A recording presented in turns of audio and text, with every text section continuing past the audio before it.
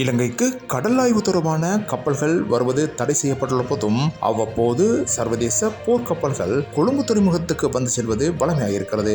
அதே நேரம் திருவண்ணாமலை துறைமுகத்துக்கும் கப்பல்கள் வந்து செல்கின்றன.